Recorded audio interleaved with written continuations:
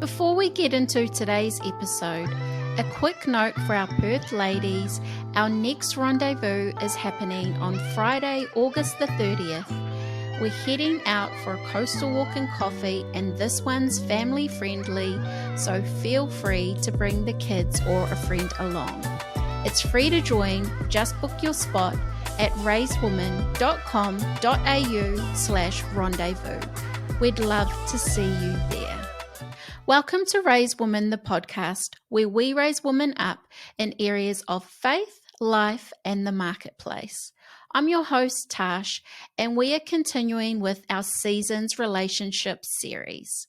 Last week, we kicked things off with Before the Person, looking at key foundations to consider before stepping into a relationship.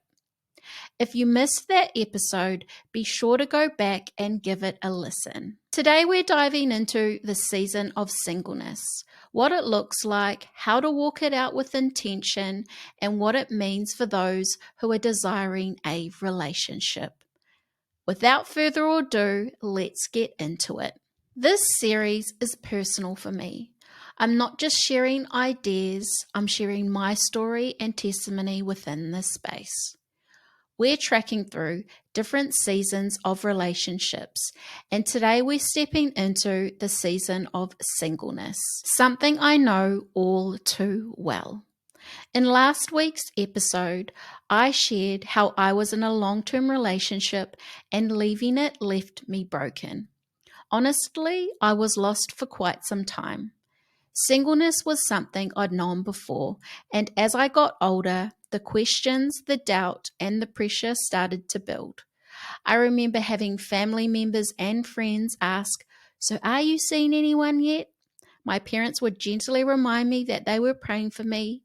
People would casually drop comments like, "Your biological clock is ticking," or "You need to be realistic. By the time you meet a man, they'll probably already have kids." Not that that is a bad thing at all.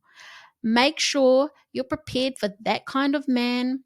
Remarks, although well-intentioned, added weight to a season that already felt heavy.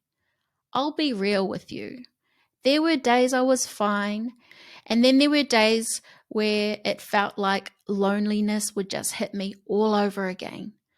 I would journal on New Year's Eve, on Christmas, on Valentine's Day, asking God, where is he? I'd go to church and wonder if the guy sitting behind me or in front of me might be him. There was a mix of hope and heartbreak, peace and desperation. I was honestly doing my best to walk it out with faith, but it felt like a roller coaster. And here's one thing that used to really tick me off, and I've got to say it. Why was it always married people preaching on the topic of singleness? I'd be watching relationship sermons, YouTubing, Facebooking, all the Christian content on waiting, preparation, dating, and I'd think, you're married. You're not in my shoes. You're not the one navigating feeling alone. How do you know how I feel? And it frustrated me. And now I am that person, and I get it. There's so much wisdom on the other side of the journey when you look back, reflect, and really see what God was doing in the waiting. And that's why I'm here to speak today. Not just to speak at you, but to sit with you in it. If you can relate to anything I've just said, I see you because I was you. And I want you to know that this season you're in is a gift. It may not always feel like it, but it is. So let's talk about it. Here are some things I learned in my season of singleness. Lessons that anchored me, challenged me, and prepared me far more than I ever expected. Lesson 1. Learning to love yourself. Your reason for being in a season of singleness may be completely different to mine, but if you're here because of a hurtful breakup, then I want you to know I'm sorry and I've been there too. I remember it all vividly, where I was, how I felt, the pain I felt, and I wouldn't say the season was perfect by any means. In fact, it was actually quite messy. but it was a cycle of breaking and rebuilding on repeat. I spent so much time searching for something to fill the void, longing for that feeling I once had. The affection, the attention, the security of being wanted, and it hit me. I didn't actually know how to do life by myself anymore. My identity had become so entwined with someone else's that I actually didn't know who I was outside of that. There were parts of myself I had untaught, lost, forgotten. And this brings me to the first lesson that by His grace, God lovingly walked me through, learning to love myself, learning to see myself again. There were so many beach walks, so many drives just to park the car and sit in silence. And for me, water was healing.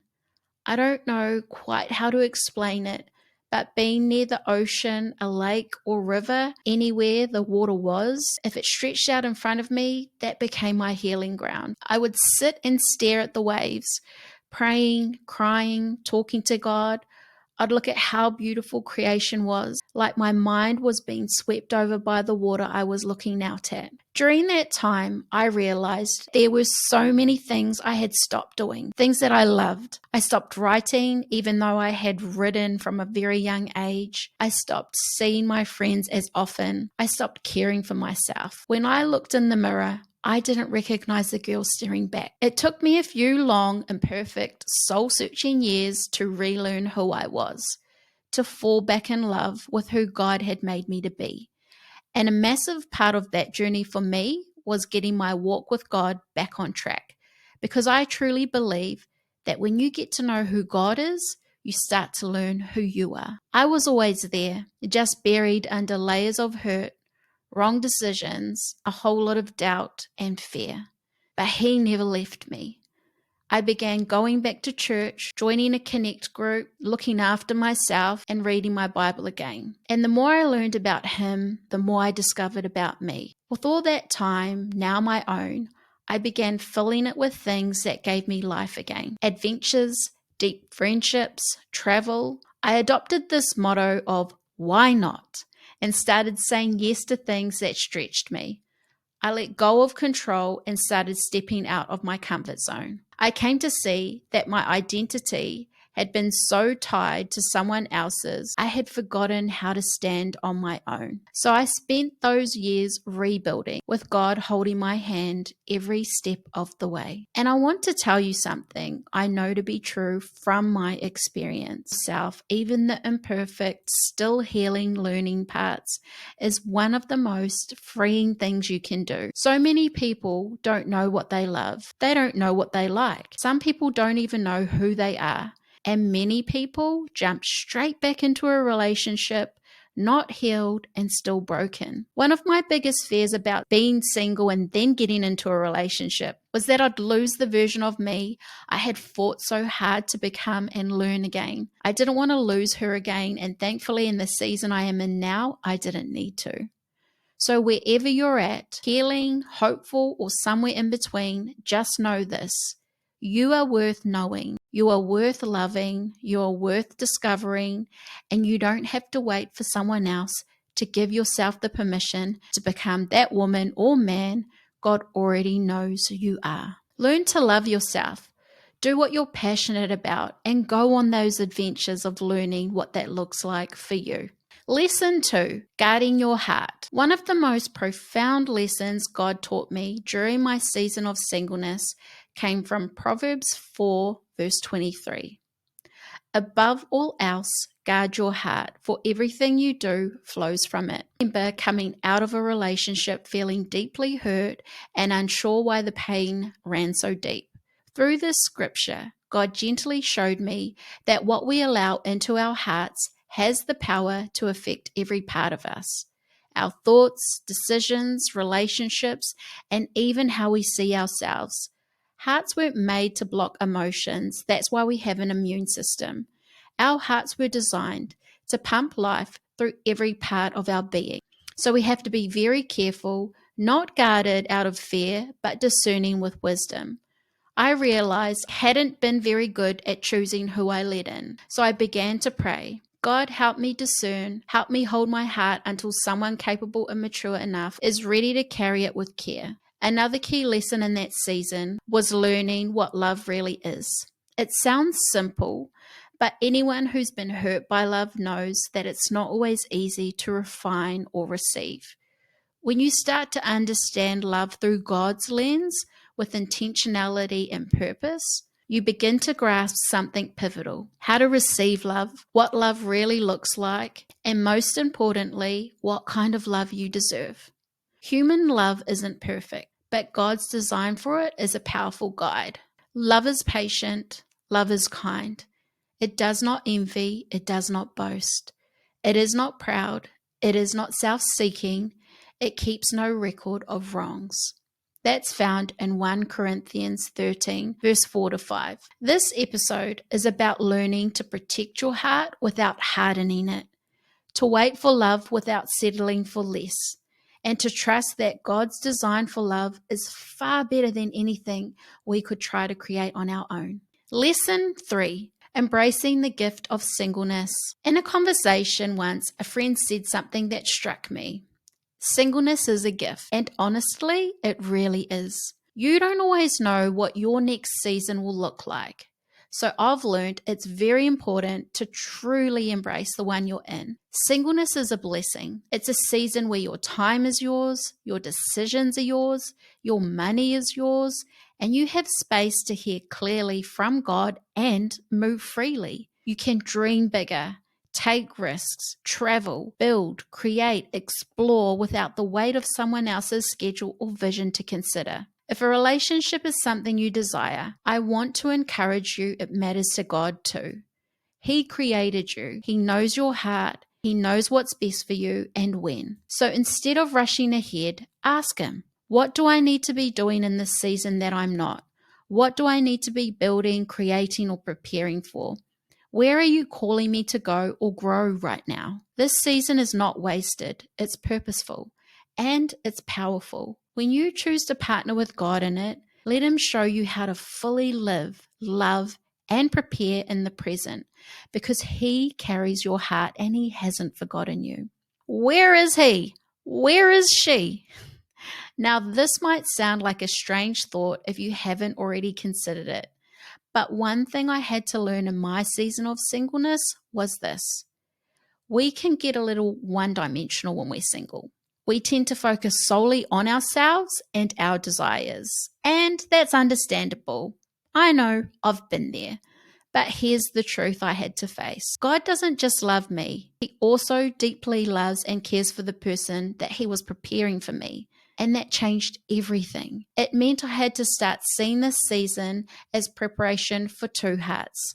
Not just one, not just mine. It wasn't just about waiting anymore. It became about becoming. About fixing the things in my life that needed healing.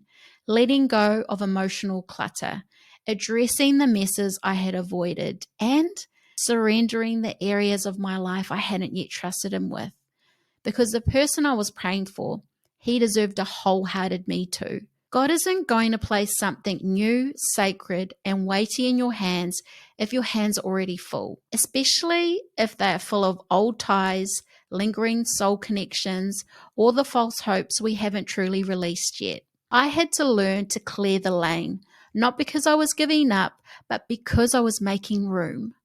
I remember there was a time I really prayed for a husband. I had my list, my prayers, and even this guy I really liked. And I thought, maybe this is it. Maybe he's the one. So I prayed for him. I prayed for his heart. I prayed for our potential future. But then this one day, I saw him with someone else dating and happy. And I was confused. God, I thought he was it. He was the one I was praying for. I thought I heard you clearly. And what God showed me in that moment was actually quite funny. He gently reminded me that my prayers are like post-it notes. And when I pray, they stick to the person. That guy, he does not have your post-it notes on him. He's not the one I've chosen for you. And from that moment on, I always pictured my future husband walking around completely covered in spiritual post-it notes. And it would make me laugh because I would think, gee, he must be struggling to walk. I pray that he finds me. I jokingly told my husband actually that he had my post-it notes all over him. He looked at me a little bit funny, but I've always thought about that. And it reminded me that when I look at him, he is a walking representation of my prayers answered. He is covered in thousands of post-it notes, some of them tear-stained. See, the beauty is this: God hears all your prayers. He sees your desires. He knows your heart, and he's preparing both of you. So if you're wondering, where is he? Take a moment to ask yourself, where am I? Because the journey to meeting him or her is just as much about alignment as it is about timing. And God is faithful in both. As we wrap up, I want to give you a moment to pause and reflect. Maybe even grab a journal and write these down. 1. Have you learned how to love yourself? 2. Are there parts of you that you've forgotten that God wants to restore? 3. Are you guarding your heart, not in fear, but with wisdom? 4. What do you need to build, learn, or pursue in this season wherever you are in your journey? Know this, that you are seen, you are valuable, and this season is preparation. The things that matter to you matter to God. And if you desire a relationship, then keep trusting Him with that. Well, as we wrap up, thanks for joining us on this Raise Woman podcast. I'm your host, Tash, and it's always an honor to share this space with you. If today's episode encouraged you, feel free to share it with a sister, a brother, or a friend who needs to be reminded that singleness is not second best. It's a season full of purpose, growth, and preparation. If you're wondering about dating and what that looks like, especially as a Christian, then tune in next Tuesday. And don't forget to book your spot for our next rendezvous, ladies, on August the 30th in Perth. We'll be doing a coastal walk and coffee. And yes, the family are welcome. It's free to join. Just register over at raisedwoman.com.au. Until next time, stay encouraged, stay faithful, and stay blessed.